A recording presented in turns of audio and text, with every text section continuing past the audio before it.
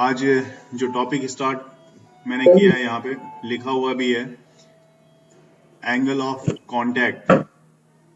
Angle of contact कहने का मतलब है कि जो भी लिक्विड आप ले रहे हो वो कितने का एंगल बना रहा है, एंगल कितने की उसके साथ सॉलिड के साथ बन रही है, ये चीज को यहाँ पे ये बतलाता है। तो जैसे कि यहाँ पे आप देख सकते हो कि इसको डिफाइन किया है मैंने, the angle of contact between a liquid and a solid is defined as the angle theta, है ना। जो एंगल है किसके किसके बीच की एंगल की बात कर रहा हूं मैं, तो एंगल की बात कर रहा हूं मैं लिक्विड के बीच की और सॉलिड के बीच की। जो एंगल बना रहा है आपका theta, which is the tangent to the liquid surface at the point of contact. जिस पॉइंट पे ये कांटेक्ट में है उसके पॉइंट पे लिक्विड सरफेस जो ड्रॉ करते हो, वहां पे टेंजेंट ड्रॉ करते हो, उसके साथ जो एंगल बनती है। तो यहाँ पे इसको समझने के लिए ये डायग्राम मैंने लेके आया हूँ आपके सामने, ठीक है। ये डायग्राम यहाँ पे देखेंगे। एक कंटेनर में मैंने यहाँ पे वाटर लिया हुआ है और दूसरे कंटेनर में मैंने Hg मतलब मरकरी लिया हुआ है। पहला वाला जो कंटेनर है इसमें वाटर है, यहाँ पे देख सकते हो आप, यहाँ पे वाटर है और दूसरे में मरकरी लिया हुआ है। तो वाटर के केस में आप लिक्विड अगर किसी भी रॉड को, मान लो कि ये एक रॉड है, चाहे ये मेटल का रॉड ही क्यों ना हो, इस रॉड को अगर आप इसमें इमर्ज करते हो, ठीक है, तो क्या मिलता है देखने को आपको। तो जैसे ही इमर्ज करते हो तो यहाँ पे आप देखो कि एक जो एंगल बन रही है यहाँ पे, ये एंगल, ये देखो यहाँ पे ये जो पॉइंट है, इस पॉइंट की मैं बात कर रहा हूँ जहां पे ये कांटेक्ट में है, और यहाँ पे आपने क्या किया है, टेंजेंट, जैसा कि मैंने बोला कि टेंजेंट ड्रॉ करने का होता है, किसके किसके बीच टेंजेंट ड्रॉ करनी होती है, जैसा कि अभी मैंने बताया था। तो उस पॉइंट के सॉलिड और लिक्विड के सरफेस के बीच, तो ये एंगल यहाँ पे आपको इसके साथ एंगल जो ड्रॉ किया हुआ है वो एंगल है थीटा, ठीक है। ये जो एंगल इस डायरेक्शन में आप एरो मार्क देख रहे हो, इस डायरेक्शन में ये थीटा एंगल बना रहा है। तो एक एंगल यहाँ पे थीटा हो गई, और दूसरे केस में आप देखो ये जो थीटा एंगल बन रही है ना, वाटर के केस में ये थीटा एंगल जो बनती है ये एक एक्यूट एंगल होती है। कौन सी angle? Acute angle. Acute angle मतलब लेस देन 90 डिग्री की एंगल बनती है।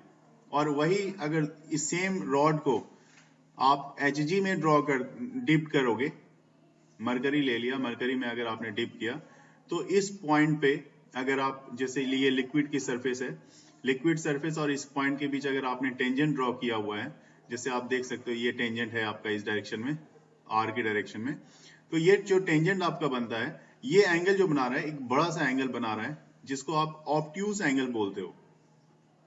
यहाँ पे ये क्या हुआ? Obtuse angle. तो वाटर के साथ एक्यूट एंगल और ऑब्ट्यूज एंगल किसके साथ? Hg के साथ बना रहा है। तो ये नोट किया जाता है कि अगर लिक्विड सॉलिड पेयर, यहाँ पे क्या किस चीज का पेयर है? ये लिक्विड और सॉलिड, क्योंकि एक आपने लिया है यहाँ पे लिक्विड, ये लिक्विड है, और दूसरा आपके पास इसी जगह पे ये वाला जो है रॉड है, या सॉलिड आप कह सकते हो उसको, ये सॉलिड है। तो लिक्विड सॉलिड पेयर के केस में the angle of contact is same whether the liquid is contained in vessel made of that solid material or rod of the solid material is dipped in the liquid, ठीक है। तो यहां से आपको define कर दिया है मैंने किस चीज को, आपको एंगल ऑफ कांटेक्ट को। मैं फिर से एक बार एंगल ऑफ कांटेक्ट की डिफिनेशन की तरफ लेके आ रहा हूं, तो यहां से आपका डिफिनेशन क्लियर होता है। डिफिनेशन में ये बोला गया है यहाँ पे कि the angle of contact between, किसके किसके बीच की एंगल को देखी जा रही है, लिक्विड एंड सॉलिड, उसको, उस एंगल को आप थीटा से डिफाइन कर रहे हो, विच इज द टेंजेंट, जो टेंजेंट मैंने डायग्राम में दिखाया, tangent to the liquid surface, जो टेंजेंट लिक्विड सरफेस के साथ बना रहा है at the point of contact, contact के पॉइंट पे लिक्विड के साथ टेंजेंट बना रहा है। तो कांटेक्ट पॉइंट कौन कौन सा है, यहाँ पे आप देखोगे तो यहाँ पे कांटेक्ट पॉइंट ये वाला आपको दिख रहा है इस जगह पे, और इस जगह पे भी पॉइंट Q है जो लिक्विड और सरफेस के साथ बना रहा है, लिक्विड सरफेस के साथ पॉइंट ऑफ कांटेक्ट पे बना रहा है। तो इसको बोला जाता है एंगल ऑफ कांटेक्ट। कुछ ऐसी मार्केबल पॉइंट्स हैं यहाँ पे जो मैं आपको दिखाने की कोशिश कर रहा हूँ, वो क्या है उसके बारे में बता दूं। तो पहली बात, द मेनिस्कस किसको बोला जाता है? मेनिस्कस बोला जाता है जैसे कि हाफ मून शेप, इस तरह का जो होता है ना कॉनकेव शेप में, इस तरह से, इसको मेनिस्कस बोलते हैं हम लोग। जो चाहे ये कॉनकेव भी हो सकता है, चाहे ये कॉन्वेक्स भी हो सकता है, तो मेनिस्कस उसको बोला जाता है। तो the meniscus of a liquid, liquid का ऊपर का सरफेस जो मेनिस्कस होता है, चाहे वो कॉनकेव हो, है ना, liquid is concave when angle of contact जो थीटा है is less than 90 degree and it is a convex when theta is greater than 90 degree. तो अभी हमने क्या देखा था, आप देख सकते हो, मैं आपको फिर से उस स्क्रीन पे लेके जाता हूं जहां मैंने दोनों ही एंगल को शेयर किया था। यहां पे आप देखो, इसमें थीटा लेस देन 90 डिग्री है। ये जो केस है, आप पहला वाला केस देख रहे हो, ये थीटा क्या है, this one is less than 90 degree, ठीक है। तो ये कॉनकेव सेफ है। यहाँ पे आप देखोगे तो लिक्विड की जो सेफ दी हुई है, जो रॉड के साथ कांटेक्ट में है, ये कॉनकेव है। और यहाँ पे दूसरी तरफ देखो आप, ये जो है इस तरह का बना हुआ, ये कॉन्वेक्स शेप में है। इसका मतलब है यहाँ पे लिक्विड कितने का एंगल बना रहा है, contact angle theta greater than 90 degree का। तो दो कंडीशंस यहाँ पे हमारे पास देखने को मिल रही है, एक लेस देन 30 डिग्री, एक लेस देन 90 डिग्री और एक ग्रेटर देन 90 डिग्री। ये दो केसेस यहाँ पे हमें देखने को मिल रहा है। इसी बेसिस पे हम आगे की बात कर कि मेनिस्कस लिक्विड जो कॉनकेव जो होगा, कब होगा ये कॉनकेव, जब ये एंगल जो होगी ये लेस देन 90 डिग्री की होगी। तो हमने देखा वहां पे डायग्राम में वो लेस देन 90 डिग्री थी, और वो कॉन्वेक्स था। कॉन्वेक्स कब था, जब theta is greater than 90 degree. तो थीटा 90 डिग्री किस केस में था, जब आपने Hg ले लिया था, मरकरी को लिया था। और लेस देन 90 डिग्री कब था, लेस देन 90 डिग्री तब था जब आपने वाटर लिया था, है ना। ये अलग अलग दो कंडीशंस थे। तो अब इससे कंक्लूजन क्या निकाल रहा है, ये कंक्लूजन आ रहा है कि the value of angle of contact depends on the following factors. कुछ फैक्टर्स पे ये डिपेंड करता है। फर्स्ट फैक्टर क्या है हमारा, the nature of the liquid and the solid in contact. जैसा कि यहाँ पे आपने लिक्विड जो चाहे वाटर लिया है, और या फिर वाटर की जगह पे आपने दूसरा लिक्विड लिया है, Hg लिया था आपने, तो उस पर डिपेंड करेगा। और सॉलिड पे भी डिपेंड करेगा, जैसे कि सॉलिड हमने यहाँ पे रॉड लिया हुआ था। दूसरा सेकेंड पॉइंट हमारे पास है the medium that exist above the free surface of the liquid, है ना। कौन सा मीडियम में आपने लिया है, जैसे वहां पे हमने क्या किया, सिंपल सा हमने दिखाया कि आपको एक एयर में हमने लिया इस तरह की चीजों को देखने के लिए। और थर्ड पॉइंट हमारा है impurities present in the liquid. अब इम्प्योरिटीज से क्या होता है, मान लो लिक्विड जो आपने ली हुई है उसमें इम्प्योरिटीज ज्यादा हो या कम हो, तो क्या फर्क पड़ेगा। तो इसको यहाँ पे मैंने क्लियर कर दिया है। इस चीज को 1 मार्क्स में कभी कभी क्वेश्चंस भी आते हैं कि angle of contact theta decreases, theta decrease करेगा ऑन एडिंग इम्प्योरिटीज। जितनी ज्यादा इम्प्योरिटीज आप मिलाओगे उसमें थीटा की वैल्यू क्या होगी, वो डिक्रीज करती चली जाएगी। तो क्वेश्चन आता है कि इम्प्योरिटीज लिक्विड में मिलाने पे क्या होता है, तो उसकी एंगल ऑफ कांटेक्ट क्या होती है, वो डिक्रीज होती है। और एक पॉइंट हमारा टेम्परेचर से भी रिलेटेड है। टेम्परेचर क्या बताता है कि कांटेक्ट एंगल इंक्रीज करेगी with the increase in temperature. मतलब किसी लिक्विड को अगर आप मान लो बॉईल करना शुरू कर देते हो, तो बॉईल करने पे वहां पे क्या होगा, उसकी कांटेक्ट एंगल जो है वो इंक्रीज होनी शुरू हो जाती है। तो इस तरह से एंगल ऑफ कांटेक्ट की प्रॉपर्टीज में वेरिएशंस आते हैं, और वो वेरिएशंस लिक्विड के कुछ फैक्टर्स पे, लिक्विड और सॉलिड के बीच में कुछ फैक्टर्स पे डिपेंड करता है। अब देखिए यहाँ पे इसको मैं बिल्कुल सेपरेटली यहाँ पे आपके साथ डिस्कस करूंगा, इसलिए यहाँ पे मैंने अलग से लिखा है एक point, when angle of contact is acute.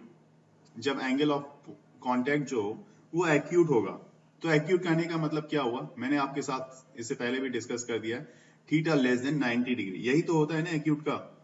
तो इस केस में क्या होता है, तो resultant adhesive force is greater than the resultant cohesive force.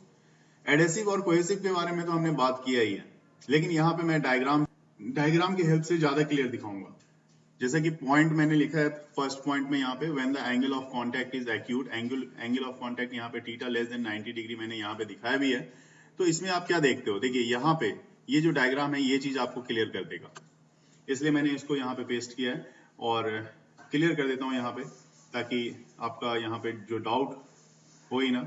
अब ये यहाँ देखो आप कि ये इस जगह पे एंगल बना रहा है ना, इस जगह पे एंगल बना रहा है, थीटा एंगल बना रहा है, और यहाँ पे एक्यूट एंगल बन रही है। ये देखो, ये लिक्विड सरफेस और सॉलिड के बीच जो एंगल बन रही है थीटा, ये एक्यूट एंगल है, ठीक है। और ये एक्यूट एंगल, और इस पॉइंट पे ये पॉइंट ऑफ कांटेक्ट है। अगर यहाँ पे आप लिखोगे तो ये आप लिखोगे पॉइंट ऑफ कांटेक्ट। तो पॉइंट ऑफ कांटेक्ट के साथ इसने क्या बनाया, एक्यूट एंगल बनाया। तो इस पॉइंट पे लिक्विड और लिक्विड के बीच, लिक्विड और लिक्विड मॉलिक्यूल्स मतलब H2O और H2O के बीच सेम मॉलिक्यूल्स है। यहाँ पे नीचे की तरफ क्या है, सारा मॉलिक्यूल्स H2O ही है, तो यहाँ पे सेम मॉलिक्यूल्स है। यहाँ पे क्या लग रहा होगा आपका, एडेसिव फोर्स। ध्यान रखना, ये लग रहा होगा adhesive force, force of adhesion.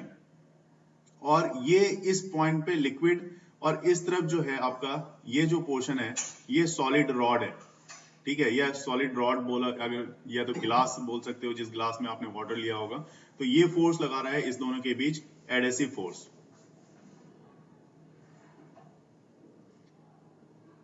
ठीक है।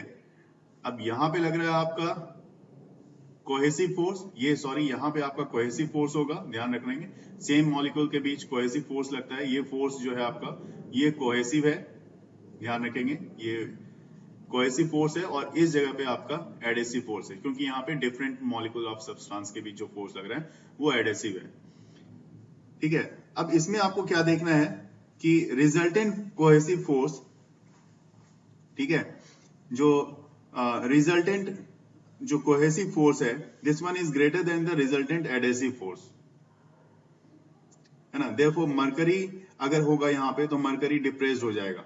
The angle of contact acute, यहाँ पे एक्यूट की बात मैं कर रहा हूं, तो एक्यूट एंगल में यहाँ पे आप इस चीज को बिल्कुल मार्क कर लो कि इस केस में रिजल्टेंट कोहेसिव फोर्स, ये जो कोहेसिव फोर्स है ये बड़ा होगा, ठीक है।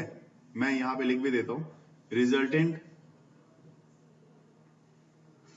इस तरफ लिख रहा हूं मैं, देखिए बिल्कुल क्लियर मैंने लिख दिया है यहाँ पे, रिजल्टेंट एडेसिव फोर्स, ये जो आपका एडेसिव फोर्स है, this one is greater than the resultant cohesive force, ठीक है।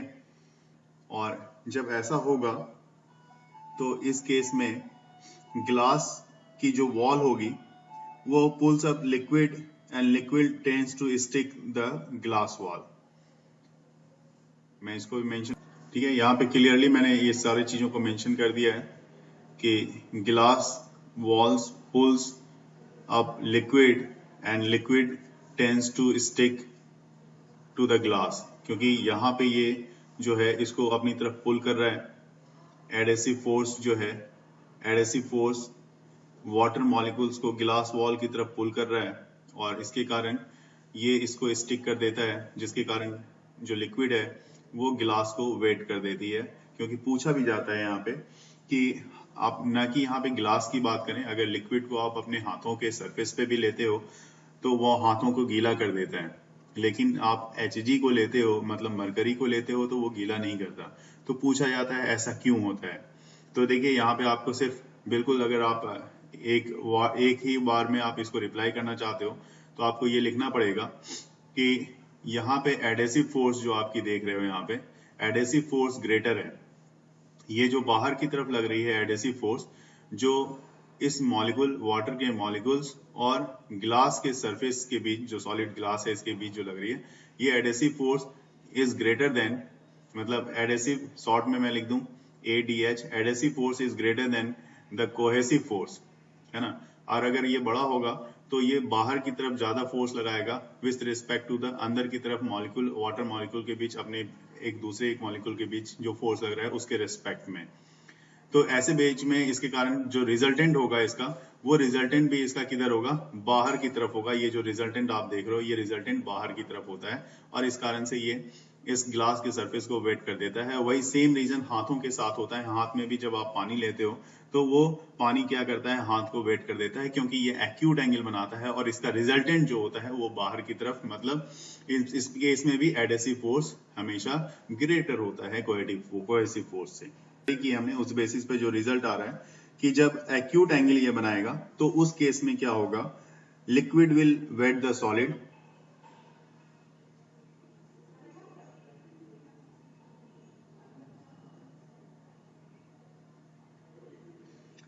नंबर 2 जो मेनिस्कस बनेंगे of the liquid will be concave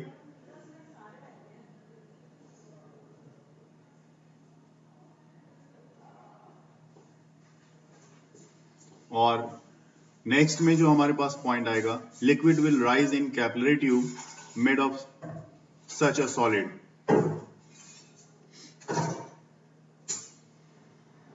तो इसकी डायग्राम को भी मैं दिखाऊंगा कि लिक्विड कहां पे राइज होती है, कैपिलरी ट्यूब में जब राइज होती है तो कैसे होती है। इसके डायग्राम को भी अभी आगे हम आपके साथ डिस्कस करने जाएंगे।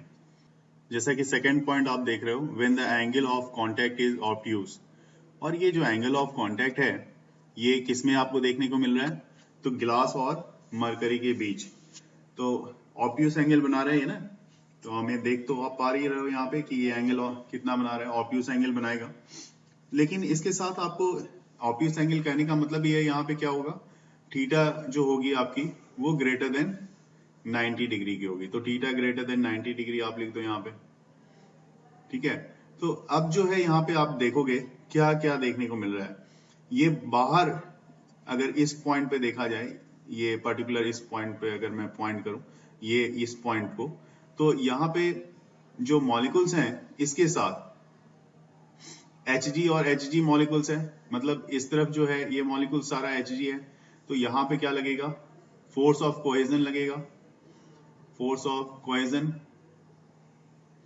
और बाहर की तरफ क्या लग रहा है, तो ये लिक्विड और इस सरफेस के बीच फोर्स ऑफ एडेशन लग रहेगा, जो बाहर की तरफ लग रहा है इस डायरेक्शन में। तो ये है फोर्स ऑफ एडेशन, ठीक है, एडेसिव फोर्स भी बोल सकते हो। इस दोनों का रिजल्टेंट आपको किधर देखने को मिल रहा है, ये रिजल्टेंट इस तरफ देखने को मिल रहा है। इसका मतलब है कि फोर्स ऑफ कोहेजन जो है यहाँ पे फोर्स ऑफ एडेशन से ज्यादा बड़ा होगा। तो force of adhesion is greater than force of cohesion, और इसके कारण इसकी रिजल्टेंट जो होती है वो इनवर्ड डायरेक्शन में होती है ना। तो resultant cohesive force is greater than the resultant adhesive force. ये कोहेसिव फोर्स क्या है, यहां पे आप देखो, यहां पे एडेसिव फोर्स आपने लिखा है, तो एडेसिव फोर्स तो बड़ा है क्या, नहीं है ना। जी हाँ, यहां पे आप बताओ क्या होगा, यहां पे मैं इसको ठीक कर दूं, ये resultant cohesive force greater than होगा रिजल्टेंट एडेसिव फोर्स के, है ना, क्योंकि ये सेम मॉलिक्यूल के बीच जो फोर्स लग रहा है वो बड़ा है। तो कोहेसिव फोर्स बड़ा है एडेसिव फोर्स के, है ना। ये कब होता है, जब ये होता है वाटर के केस में, ध्यान रखेंगे। और यहाँ पे क्या होगा, ये किस में हो रहा है, तो ये Hg के केस में हो रहा है। यहाँ पे कोहेसिव फोर्स क्या है, बड़ा है एडेसिव फोर्स से। इसलिए जब भी mercury gets depressed near the glass wall and the mercury surface pulls from the glass walls, इसके कारण क्या होता है कि मरकरी सरफेस जो है ग्लास वॉल को वेट नहीं करता। आपके हाथों में भी अगर आप मरकरी को ले लोगे तो वो हाथों को भी गीला नहीं करेगा, है ना। और यही रीजन है कि इसकी जो मेनिस्कस ऑफ मरकरी जो होती है इट बिकम्स कॉन्वेक्स। ये देखो कॉन्वेक्स, ये इस तरह का बन रहा है ना, ये कॉन्वेक्स बन रहा है, ठीक है। तो कंफ्यूज नहीं होना है, हमेशा ध्यान रखेंगे कि इस केस में ये वाला कंडीशन नहीं, इस केस में फोर्स ऑफ कोहेजन जो होता है वो ग्रेटर होगा फोर्स ऑफ एडेशन से। ये चीज हमेशा इस केस के लिए ध्यान में रखना है आपको। तो चलिए अब कुछ पॉइंट्स जो हैं उस पॉइंट्स को मैं यहाँ पे लिख देने जा रहा हूँ जो कि आप समझोगे। जैसे कि हमने एक्यूट के लिखा था एक्यूट के लिए, उसी तरह से ऑब्ट्यूज के लिए भी मैं लिखने जा रहा हूँ। पहला पॉइंट है कि liquid will not wet the solid।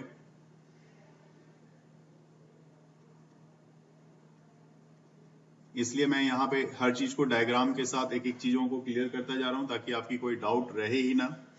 दूसरी चीज, मेनिस्कस ऑफ लिक्विड किस तरह का होगा, यहाँ पे विल बी कॉन्वेक्स, है ना। आपको बहुत बार पूछा जाता है भाई कैसा है भाई, Hg आप ले रहे हो तो कॉन्वेक्स क्यों बन रहा है, ये गीला क्यों नहीं करता, क्यों नहीं गीला कर रहा, तो इसलिए गीला नहीं कर रहा क्योंकि कोहेसिव फोर्स ग्रेटर है एडेसिव फोर्स से। मेनिस्कस ऑफ लिक्विड क्यों बन रहा है, तो इसके लिए भी रीजन यही है, कोहेसिव फोर्स ग्रेटर है एडेसिव फोर्स से। नेक्स्ट, लिक्विड विल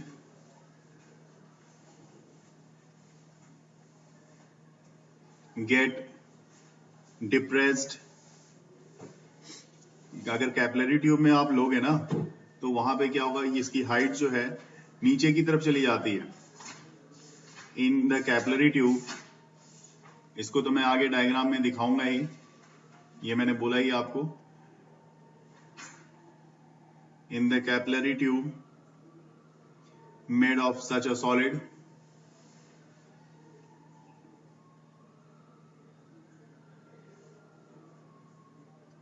ठीक है। और एक कंडीशंस और आती है कि when the angle of contact is zero. अगर अभी तो हमने क्या देखा, लेस देन 90 देखा, ग्रेटर देन 90 देखा। अब एंगल ऑफ कांटेक्ट अगर जीरो हो जाए तो क्या होगा, तो उसके लिए आपको कंडीशंस देखना पड़ेगा। मतलब इस बार क्या बोलोगे आप, थीटा इक्वल टू जीरो, है ना। इससे पहले आपने क्या देखा, थीटा लेस देन 90 देखा, जो एक्यूट का केस था। और एक्यूट के केस में कैसा बन रहा था, कॉनकेव बन रहा था। अभी तक आपने ये स्टडी किया। थीटा ग्रेटर देन 90 में क्या था, ऑब्ट्यूज था। ऑब्ट्यूज के केस में क्या था, ऑब्ट्यूज के केस में कॉन्वेक्स सरफेस बन रहा था, है ना। ये क्यों हो रहा था लेस देन 90 के लिए, ये क्यों हो रहा था, क्योंकि आपने देखा वहां पे कि फोर्स ऑफ एडेशन ग्रेटर था फोर्स ऑफ कोहेजन से। ये क्यों हो रहा था यहाँ पे इस केस में, क्योंकि यहाँ पे फोर्स ऑफ कोहेजन ग्रेटर था फोर्स ऑफ एडेशन से, ठीक है। लेकिन इस मामले में थीटा इक्वल टू जीरो हो जाए तो क्या कहोगे आप, ये कब होता है, ये होता है the angle of contact for pure water.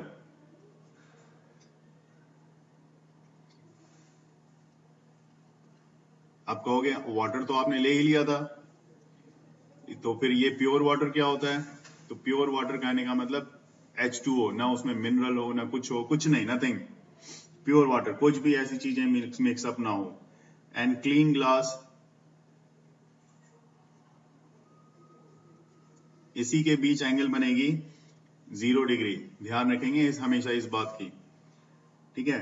In this case the resultant adhesive force, जो एडेसिव फोर्स है, फोर्स ऑफ एडेशन जो है वो this one is equal to the force of cohesion. इस केस में दोनों ही इक्वल होते हैं, इसलिए यहां पे एंगल क्या बनती है, 0 डिग्री बनती है। ध्यान रखेंगे। और साथ ही साथ the glass tube, the meniscus of water will be exactly hemisphere. तो इसको मैं यहां पे लिख देता हूं, therefore in the glass tube